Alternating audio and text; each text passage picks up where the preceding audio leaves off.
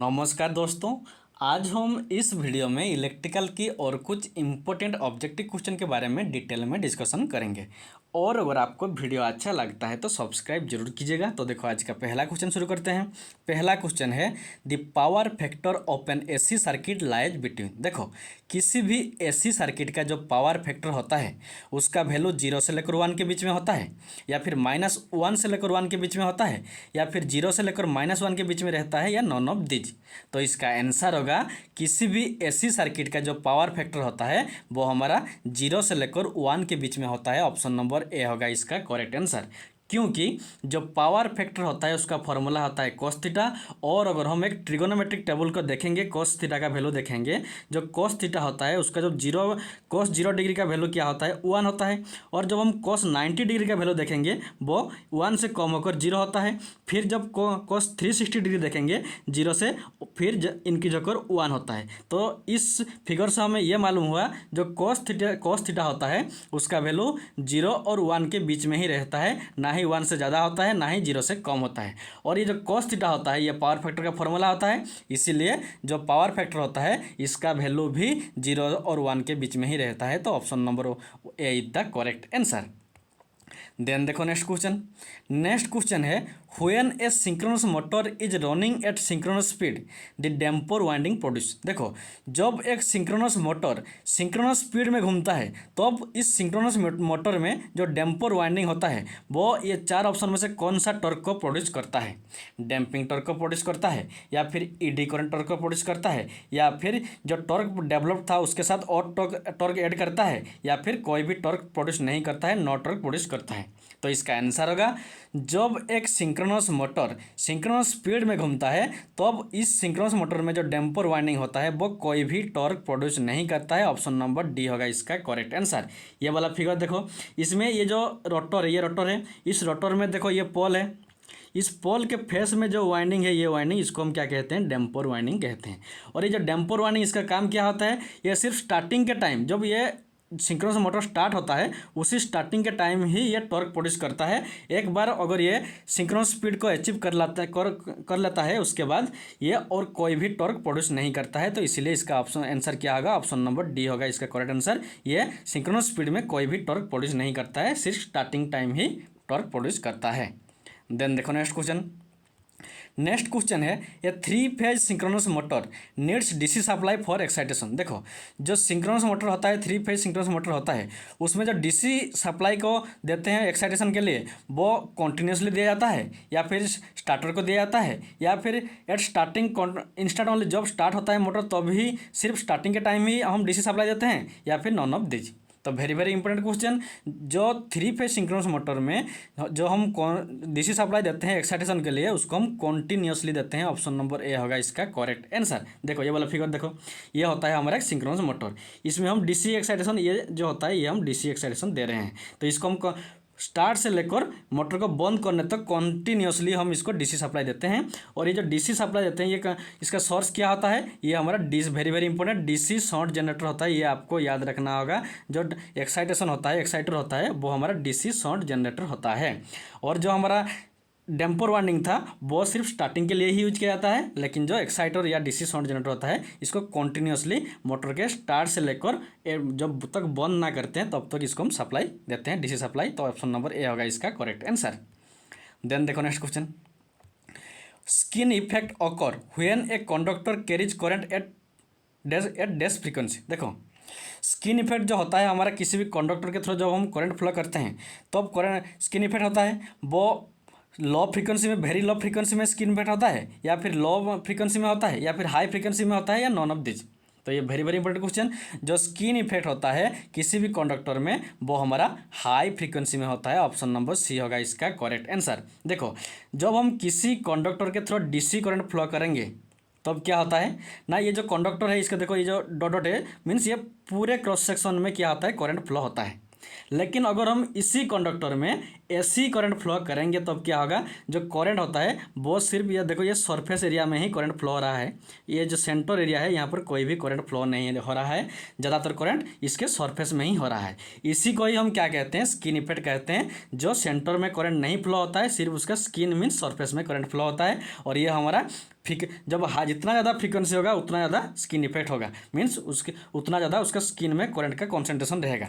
तो इसका आंसर क्या होगा, हाई फ्रीक्वेंसी में स्किन इफेक्ट प्रोड्यूस होता है, सिर्फ ऑल्टरनेटिंग करंट में ही होता है, डायरेक्ट करंट में स्किन इफेक्ट नहीं होता है, ये भी आपको याद रखना होगा। तो option number C is the correct answer. Then देखो next question, all magnetic material lose their magnetic property when. देखो जो मैग्नेट होता है उसका मैग्नेटिक प्रॉपर्टी कब वो लॉज करता है, मीन्स खत्म होता है, उसका मैग्नेटिक प्रॉपर्टी कब खत्म होता है, जब हम उसको लो टेम्परेचर में कूलिंग करेंगे, या फिर जब उसको हाई टेम्परेचर में हीट करेंगे, या उसको जब हम एक एल्यूमिनियम बॉक्स में रखेंगे, या जब हम उसको एक वैक्यूम में रखेंगे। Very very important question. जब एक मैग्नेट को हम चुंबक को मैग्नेट को क्या करेंगे, हीट करेंगे, हाई टेम्परेचर में हीट करेंगे, तो वो क्या होता है, उसका जो मैग्नेटिक प्रॉपर्टी होता है, चुंबकीय नेचर होता है, वो क्या होता है, खत्म होता है, लॉज होता है। तो ऑप्शन नंबर बी होगा इसका करेक्ट आंसर। ये वाला फिगर देखो, ये जो मैग्नेट चुंबक है इसको जब हम देखो हीट किया जाता है आग से, तो अब क्या होता है, इसका मैग्नेटिक प्रॉपर्टी खत्म होता है। और ये जो है देखो, जब हम हैमर से इसको हैमरिंग करेंगे एक मैग्नेट को, तब भी इसका मैग्नेटिक प्रॉपर्टी खत्म होता है। तो इसका आंसर क्या होगा, ऑप्शन नंबर बी। जब हम एक मैग्नेट को हाई टेम्परेचर में हीट करेंगे तब उसका मैग्नेटिक प्रॉपर्टी लॉस होता है, खत्म होता है। ऑप्शन नंबर बी होगा इसका correct answer.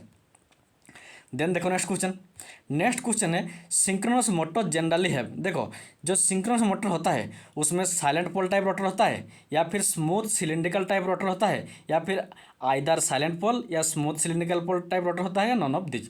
Very very important question.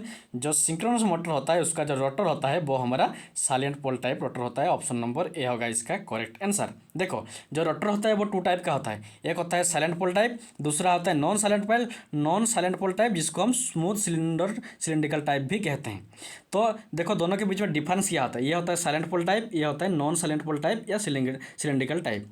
जो साइलेंट पोल टाइप होता है उसका डायमीटर ज़्यादा रहता है, ये जो क्रॉस सेक्शनल एरिया होता है, ये जो डायमीटर होता है ये ज़्यादा रहता है हमारा साइलेंट पोल टाइप में, लेकिन जो सिलेंड्रिकल होता है उसमें डायमीटर कम रहता है। उसके बाद एक्सियल लेंथ, जो लेंथ होता है, लंबाई होता है, वो हमारा जो साइलेंट पोल टाइप होता है उसका शॉर्ट होता है, लेकिन जो हमारा सिलेंड्रिकल होता है उसका लेंथ ज़्यादा रहता है। उसके बाद देखो और कुछ देखो इसको हम, ये जो हमारा salient pole type very very important point जो होता है, जो हमारा सिंक्रोनस मोटर के जो साइलेंट पोल रोटर होता है, इसको हम कहाँ पर यूज करते हैं, लो स्पीड के, जब लो स्पीड की ज़रूरत होता है तब हम साइलेंट पोल टाइप रोटर का यूज करते हैं, और जब हमें हाई स्पीड की ज़रूरत होता है, हाई स्पीड की कंडीशन में हम सिलेंड्रिकल टाइप रोटर का यूज करते हैं। और ये जो हाई स्पीड होता है ये टर्बो अल्टरनेटर में, very very important, turbo alternator में सिलेंड्रिकल टाइप रोटर का यूज किया जाता है, और जो हमारा हाइड्रो पावर प्लांट होता है उसमें हम साइलेंट पोल टाइप रोटर का यूज करते हैं। ये कुछ पॉइंट आपको याद रखना होगा। देन देखो नेक्स्ट क्वेश्चन है, the resistance of earth should be. देखो जो अर्थिंग होता है उसको हम क्यों करते हैं, क्योंकि हमें जो अगर किसी भी सर्किट में कोई भी फॉल्ट होता है उस कंडीशन में जो हाई करंट फ्लो होता है, हम कैसे मिनिमम टाइम में उसको हाई अमाउंट को करंट को अर्थ की तरफ भेजेंगे। तो अर्थ की तरफ मिनिमम टाइम में भेजने के लिए रेजिस्टेंस कम होना चाहिए, तो इसीलिए जो अर्थ होता है उसका रेजिस्टेंस क्या होना चाहिए, तो जितना मिनिमम एज पॉसिबल, जितना कम हो सके उतना ही अच्छा रहेगा। तो इसीलिए ऑप्शन नंबर डी होगा, किसी भी अर्थ का जो रेजिस्टेंस होता है वो जितना कम होगा, एज मिनिमम एज पॉसिबल, जितना कम हो सके उतना ही अच्छा है। तो ऑप्शन नंबर डी होगा इसका करेक्ट आंसर। देखो इधर देखो 0 ओम होगा तो ये आइडियल कंडीशन के लिए 0 ओम है, लेकिन ये प्रैक्टिकली इम्पॉसिबल है। और अगर हम NFPA या IEEE के बाद जो मेजरिंग ये है उसके मुताबिक 5 ओम इज द आइडियल, 5 ओम और इससे लेस जो होता है ये होता है हमारा अर्थिंग रेजिस्टेंस का वैल्यू, लेकिन जितना कम हो सके उतना अच्छा है। तो option number D is the correct answer. Then देखो नेक्स्ट क्वेश्चन, कोरोना इज, देखो कोरोना वायरस नहीं है, कोरोना इफेक्ट जो इलेक्ट्रिकल ट्रांसमिशन लाइन में होता है, जो कोरोना होता है वो पार्शियल ब्रेकडाउन ऑफ एयर होता है, या फिर कंप्लीट ब्रेकडाउन ऑफ एयर होता है, या फिर स्पार्किंग बिटवीन लाइन का होता है, या फिर नॉन ऑफ दिस। तो इसका आंसर होगा जो कोरोना इफेक्ट होता है वो हमारा कंप्लीट ब्रेकडाउन ऑफ एयर होता है, तो ये कोरोना इफेक्ट प्रोड्यूस होता है। ऑप्शन नंबर बी होगा इसका करेक्ट आंसर। ये वाला फिगर देखो, इसमें जो ये वायलेट ग्लो, लाइट ग्लो हो रहा है, ये हमारा कोरोना इफेक्ट का होता है। क्यों होता है, देखो मान लो ये कंडक्टर है, ये और एक कंडक्टर है। जब इसके थ्रू क्या होता है, ये जो कंडक्टर है इस कंडक्टर के चारों तरफ एयर रहता है, जब मीन्स उसका एक वैल्यू है 23.1 23.3 केवीए पर मीटर रहता है। जब उससे ज़्यादा क्रिटिकल डिसरप्टिव वोल्टेज जो होता है, उससे ज़्यादा अगर वोल्टेज होता है तब क्या होता है ना, जो कंडक्टर होता है, मान लो ये कंडक्टर है, इसके चारों तरफ जो एयर होता है वो टोटली आयोनाइजेशन होता है, जिससे क्या होता है जो एयर का प्रॉपर्टी था पहले से इंसुलेशन प्रॉपर्टी वो खत्म हो जाता है, वो कम्प्लीटली ब्रेक डाउन होता है, जिससे क्या होता है ना इसके थ्रू आयोनाइजेशन होता है और ये लाइट ग्लो करता है, ओजोन गैस भी प्रोड्यूस होता है। और इसको ही हम क्या कहते हैं, कोरोना इफेक्ट कहते हैं। तो इसका आंसर क्या होगा, ऑप्शन नंबर बी होगा इसका करेक्ट आंसर। देन देखो नेक्स्ट क्वेश्चन है unit of inductive reactance is. देखो इंडक्टिव रिएक्टेंस का यूनिट क्या है, हेनरी है, वेबर है, मिली हेनरी है या ओम है। तो इसका आंसर होगा इंडक्टिव रिएक्टेंस, जिसको हम शॉर्ट में लिखते हैं XL, इसका यूनिट होता है ओम। ऑप्शन नंबर डी होगा इसका करेक्ट आंसर। देखो यह है इंडक्टिव रिएक्टेंस, इसको हम XL लिखते हैं, इसका यूनिट ओम है। जो कैपेसिटिव रिएक्टेंस होता है जिसको हम XC लिखते हैं, इसका यूनिट भी ओम है।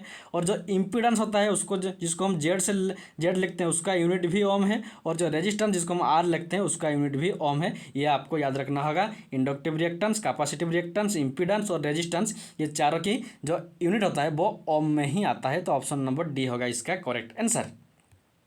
देन देखो नेक्स्ट क्वेश्चन है the power factor of practical inductor is. देखो एक प्रैक्टिकल इंडक्टर का पावर फैक्टर यूनिटी होता है या फिर जीरो होता है या फिर लैगिंग होता है या फिर लीडिंग होता है। तो इसका आंसर होगा lagging. Option number C is the correct answer. देखो अगर एक आइडियल इंडक्टर होगा तो इसमें पावर फैक्टर जीरो होता है, क्योंकि वोल्टेज और करंट के बीच में जो आइडियल इंडक्टर होता है उसमें 90 डिग्री होता है और कोस 90 डिग्री का वैल्यू क्या होता है, जीरो होता है। लेकिन अगर हम प्रैक्टिकल इंडक्टर के बारे में डिस्कशन करेंगे तो ये जो एंगल होता है ये प्योरली 90 डिग्री नहीं होता है, कुछ कम रहता है। इसीलिए जो प्रैक्टिकल इंडक्टर होता है उसका वैल्यू जीरो नहीं होता है, थोड़ा लैगिंग रहता है। ऑप्शन नंबर सी होगा इसका करेक्ट आंसर। और अगर हम प्रैक्टिकल कैपेसिटर बारे में प्रैक्टिकल पावर फैक्टर कितना होगा वो होगा लीडिंग रहेगा। इन प्रैक्टिकल जो कैपेसिटर होता है उसका पावर फैक्टर लीडिंग होगा ऑप्शन नंबर। लेकिन इसका आंसर क्या होगा, option number C is the correct answer. और आज के लिए इतना ही। Thanks for watching. और अगर आपको वीडियो अच्छा लगता है तो सब्सक्राइब जरूर कीजिएगा।